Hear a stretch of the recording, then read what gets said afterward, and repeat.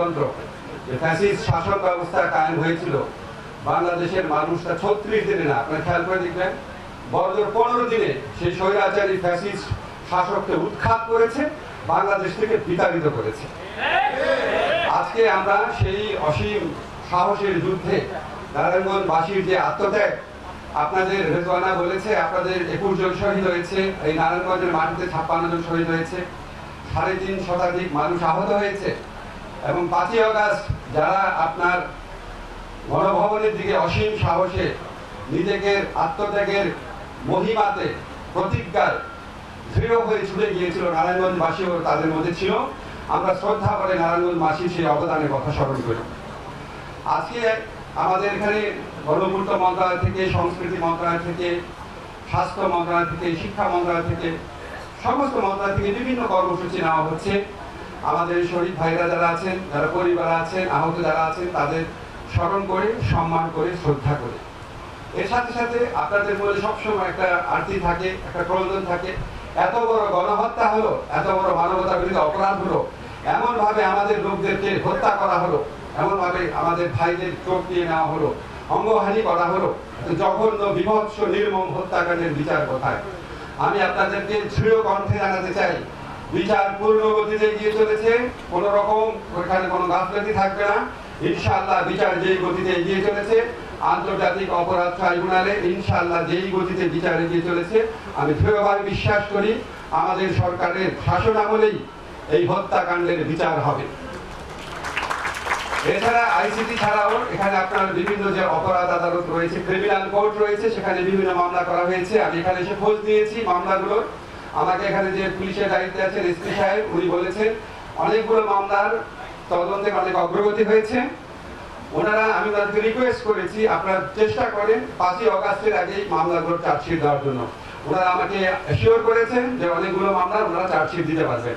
Chargesheet দেওয়া মাত্র আমরা বিবেচনা করে দেখব, চার্জশিট দেওয়ার পর বিচারের প্রক্রিয়া শুরু হয়। বিচারকে ত্বরান্বিত করার জন্য প্রয়োজন হলে আমরা দ্রুত বিচার আইনে এই সমস্ত অপরাধের বিচার করব। আপনাদের এখানে আমাকে একজন শহীদ, আমাদের এক সন্তানের পিতা এখানে, মা এখানে কমপ্লেইন করেছেন বা বলেছেন, আপনি বলেছিলেন, উনি বলেছিলেন উনি মামলা করবেন না। তো আমি কেন মামলা করবেন না এই জিনিসটা কিন্তু আপনাদেরকে খতিয়ে দেখতে হবে। এখানে মামলা করার ক্ষেত্রে যদি কোনো প্রতিবন্ধকতা থাকে, আমি আশা করব আমাদের এখানে যে পিটি অফিস আছে, ডিসি আছে, আপনারা একটা নজর রাখবেন। আর একটা অভিযোগ শুনেছি, এটা আমাকে খুবই পীড়িত করেছে। যারা মামলা করেছে, এরকম একজন আমাকে বলেছে মামলা করার কারণে স্থানীয়ভাবে তার বিরুদ্ধে অন্য পক্ষ, অর্থাৎ পরাজিত ফ্যাসিস্ট পক্ষের থেকে বিভিন্ন মামলা করা হয়েছে তাদের লোকজনকে দিয়ে। উনি নিজে এলাকায় যেতে পারছেন না। আপনি কি আছেন এখানে? উনি আমাকে কাগজ দিয়েছেন। আমি এখানে ডিসি সাহেব আছেন, এখানে এসপি সাহেব আছেন, আপনাদের কাছে অনুরোধ করছি আপনারা এই সমস্ত বিষয়ে খেয়াল রাখবেন। আমরা এর আগেও কমপ্লেইন শুনেছি, যারা জুলাই হত্যাকাণ্ডের জন্য অভিযোগ করেছে, মামলা করেছে, তাদের বিরুদ্ধে অন্যান্য পক্ষ বিভিন্ন শত্রুতামূলক মামলা দিয়ে তাদেরকে বিভিন্নভাবে হেনস্থা করার চেষ্টা করছে। আপনাদের তাদেরকে সর্বোচ্চ প্রোটেকশন দিবেন এটা আশা করি। আর একটা কথা বলে শেষ করি, জুলাইতে আমরা কেন বিজয়ী হয়েছিলাম? আমাদের যে স্যাক্রিফাইস ছিল, আমাদের আত্মত্যাগ, আমাদের বেদনা, আমাদের ক্ষোভ, আমাদের সাহস, সবকিছুর মধ্য দিয়ে আমরা একটা পরিবারে পরিণত হয়েছিলাম। এই ফ্যাসিস্টদেরকে বাদ দিয়ে বাংলাদেশের সমস্ত মানুষ একটা পরিবারে পরিণত হয়েছিলাম। আমাদের সেই পরিবার, আমাদের সেই ঐক্যকে ধরে রাখতে হবে, এবং এই ঐক্যকে ধরে রাখলে আজকে আমাদের বিহার মন্ত্রী বলেছেন, আদিল ভাই বলেছেন যে আমরা কি বাংলাদেশ গড়তে চাই, বৈষম্যহীন, শোষণহীন নতুন একটা বাংলাদেশ গড়তে চাই, যেখানে প্রকৃত গণতন্ত্র থাকবে, যেখানে কোনো শাসক এসে অপশাসনে পরিণত হবে না, যেখানে প্রকৃত গণতন্ত্র থাকবে। আমাদের এই ঐক্য ধরে রাখতে পারলে অবশ্যই আমরা সেই কাঙ্ক্ষিত লক্ষ্যে পৌঁছাতে পারবো। একটা ছোট্ট অনুরোধ করে শেষ করি, আপনারা জানেন স্থানীয়ভাবে নানান ধরনের আইন শৃঙ্খলা লঙ্ঘনকারী বিশৃঙ্খলার ঘটনা ঘটছে, ভয়াবহ হত্যাকাণ্ড ঘটছে, চাঁদাবাজির ঘটনা ঘটছে। জুলাইয়ের সময় আপনারা যে ঐক্যবদ্ধভাবে থেকে এই মহাপরাক্রমশালী ফ্যাসিস্ট শক্তিকে পরাজিত করেছিলেন, অবশ্যই আপনারা ঐক্যবদ্ধ থাকতে চাঁদাবাজদের প্রতিরোধ করতে পারবেন। আমাদের সরকারের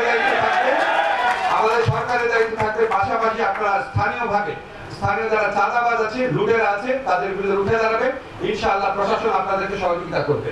আপনাদের সবার প্রতি আবার সম্মান ও শ্রদ্ধা জানিয়ে, শহীদ পরিবারে যারা আছেন তাদের প্রতি বিশেষ শ্রদ্ধা জানিয়ে, এবং